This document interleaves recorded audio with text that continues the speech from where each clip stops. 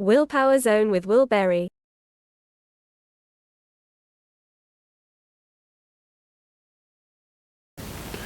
Hey, what's going on? This is Will, and welcome back to the Willpower Zone. You're in for a treat today. We're on our third episode, and we're going to go over the winner's attitude. So if you haven't got a chance to listen to the first two episodes, head over to my website, willpower23.com, and you either listen to it on Spotify or check out our YouTube channel. Among all other things, our programs and different things that you can be able to invest into you.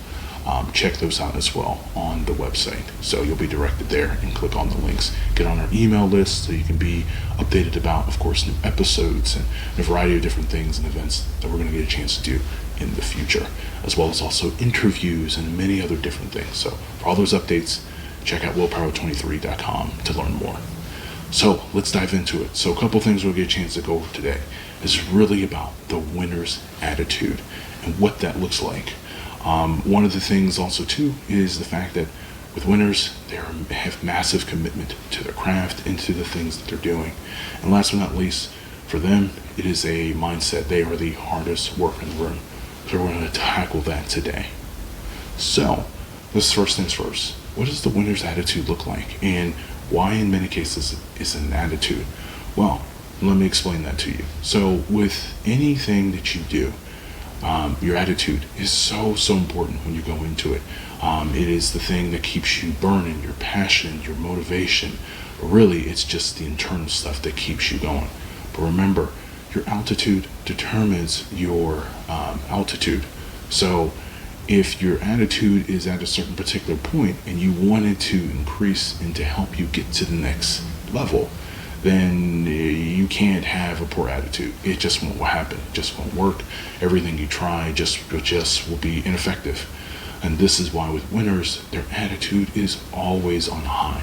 Now, it's not to say that they're always optimistic all the time. Sometimes, even with winners and people who are high performing, they're going to have their moments of being maybe in the funk or bad attitude, whatever else, but they turn it on real quick and they drop it. They maybe have a short little quick second of maybe a pity party or whatever else, but then they let it go. And they understand, especially, is it's like, if I don't get my attitude correct, I'm not going to get back on top.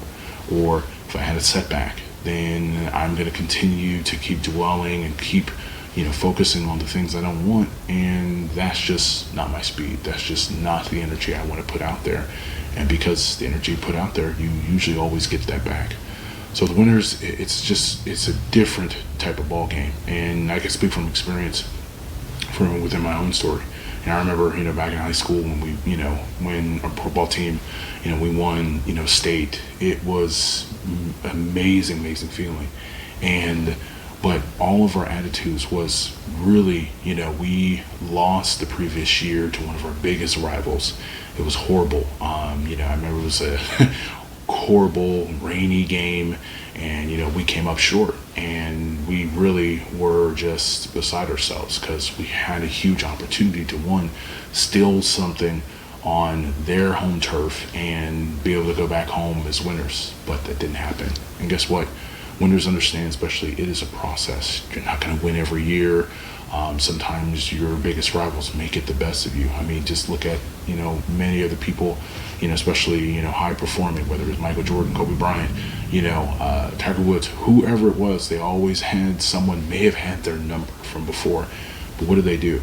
They had an attitude to continue to keep getting better.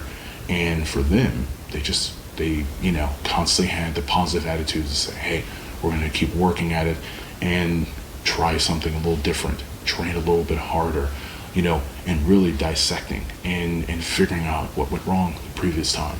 So for them, they're always upbeat, always continuing to staying on task. And that was for us. And we had to get back into being committed to working hard, and so that we can get back to that same point that next year. So the next thing for that winners, along with their attitude, is their massive commitment.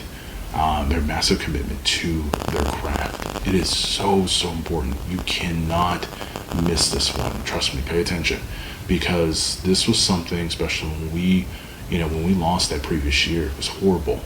But we came back that next year. We all, of course, huddled up and we got with one another. It's just, guess what? We're not going to go through this feeling again.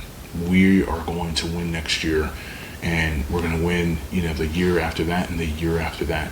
We made it a conscious vow to all one of us, basically, that we're going to do whatever it takes to get to that next level. And that's the massive commitment. So we got back to training camp, that next year, especially, that was my junior year, sophomore, junior year. And that was, of course, just like with any other, time, it's hell week, it's training camp. It's not always the most fun because it's super hot, but you're training. But you understand that this is a necessary part to stay committed to the end goal. When you get to that point where you want to get to and you accomplish that end goal, you think back on the journey that it took to get there. It wasn't always easy, it wasn't always enjoyable, especially, conditioning was the worst part of it. But it's funny because it was always going to end up being the worst part of it. But then you start to realize, especially when you start getting the games and you start wearing out your opponent, you start to realize, especially what Coach was talking about, was all essential to making sure that you outlasted and you were able to perform better when you were better conditioned, because you can go longer. You can be able to, outsmart and in many cases outwork your opponent. So this is why it's important to have the massive commitment, because if you don't, you're going to get exposed. And this is what winners know. This is why they're always constantly, they're looking at tape, it's like, what are the little weak points for me that I need to shore up and I need to get better at? And because that attention to detail, people like Tom Brady, people like Peyton Manning, people that just were so keen, and Kobe Bryant, learning about especially how meticulous he was, especially about looking at film, to where in many cases, when you're massively committed to your craft like that, it's almost as if you are hacking the system, and things, instead of it looking at speeding things up in real time, guess what happens? Things start to slow down. You start to see why things happen the way they do. So this is what makes winners different, and their attitude and their massive commitment to their craft, because they're always working harder. And the last thing is, speaking about that, being the hardest worker in the room and have that type of attitude. You know that it's a process. You know that it's something that, if you don't do it, trust me, you'll regret it. And you will then get into that point where you need to push the second gear and you won't be able to, or you won't make the shot. You won't score on the winning drive because you took it easy at certain particular points. You didn't get a chance to hit the gym like you wanted to. Remember, we only get the things that we work for. And I remember hearing that quote from Ice Cube, and it hit home for me, because it's like sometimes in life we get frustrated, we get angry or upset, and we're like, oh, why didn't that work out for me? It's like, well, you have to start to think back and taking some inventory and reflecting. They'll say, okay, did you prepare? Did you, were you consistent this week? Did you do all the things necessary that you needed to do to get done so that you can get to a certain particular result? It's kind of like, when you're trying to lose weight, right? You got to create a calorie deficit. And guess what? If you don't create the calorie deficit, you're going to stay at the same particular point. And that's like that with anything else. If you don't change things up or increase the intensity, you're not going to get better. You're not going to tone up. You're not going to, shred the much needed, body fat from your body.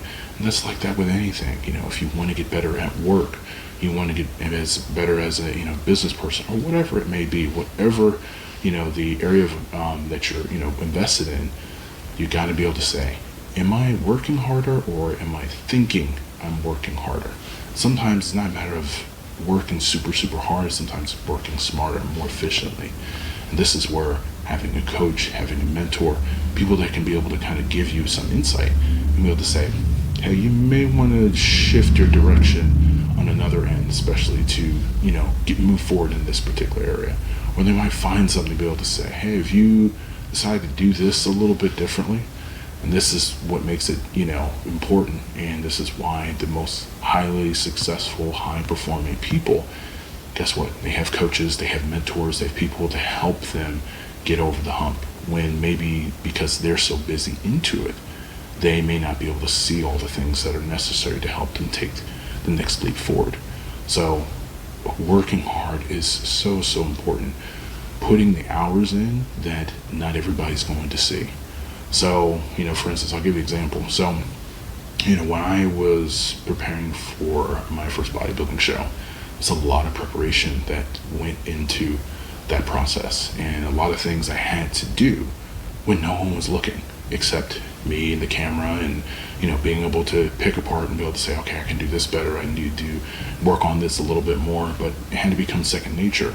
But I had to be okay with taking those times in the gym when hardly anyone was there, or a lot of people were there. It really didn't matter. For me, that was an individual journey, and I had to put the time and effort into it in order to produce the result that I wanted to see. Remember, it's always a journey, it's always a process, and you're always looking for finding opportunities to get better. But understand that the most successful people, this is what they do. They go in the gym when no one's there, and they're putting the time and effort into it. And it's funny, I was hearing that story, especially about Kobe, and people trying to outwork him. And I forget who it was, for instance, but they tried to get in the gym and see, oh, hey, could you beat Kobe there? And he was already there for a couple hours, sweating and getting his reps in. But then the crazy thing is that he had a game later that night, and of course ended up killing it that game. And you're just like, man, what is? It's like, it's like, who does that? Winners do this. They're going to put those time and effort into things that not everybody else is willing to. And this is why they get the results that no one else is going to end up getting without putting that work in. So even when sometimes things don't look like they're changing, improving, or anything else, stick with it. Go the extra mile, because hardly anyone's going to be there anyway. And trust me, you're only going to pay. It's going to pay off in such a huge way. This is why winners do that. So I hope today was an opportunity for you to grab some nuggets and things that you can be able to take within your own life, and just understand, especially, anyone has the opportunity to be a winner. I've had to believe that for myself, but guess what? It had to turn into also the action that goes along with it. And I know that you at home can be able to do the same exact thing. So understand all this information, all the nuggets and secrets and things that you can be able to apply today. It can make a difference today, and trust me, you'll see the magic of it. And just having that attitude, because remember, you only go as far as your attitude. So if your attitude is not where it needs to be, and maybe the results that you want to see are not showing up, that's okay. Do an inventory check, reflect.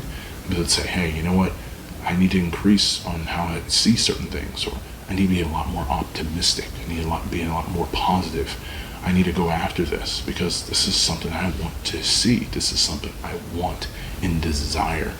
And if you desire something, enough, you're going to be willing to do whatever it takes. Trust me. If you want something bad enough, you're going to make the time and effort to do it. So I'm excited. Can't wait. Of course, we're going to have another episode after this, episode 4. So we'll debut that. But I'll roll that out as far as for Tuesday. So be on the lookout for that.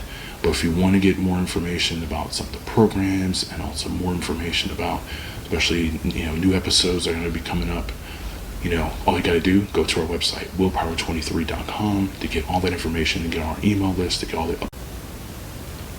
And remember, we will see you again at the zone, the willpower zone. See you again. Bye-bye.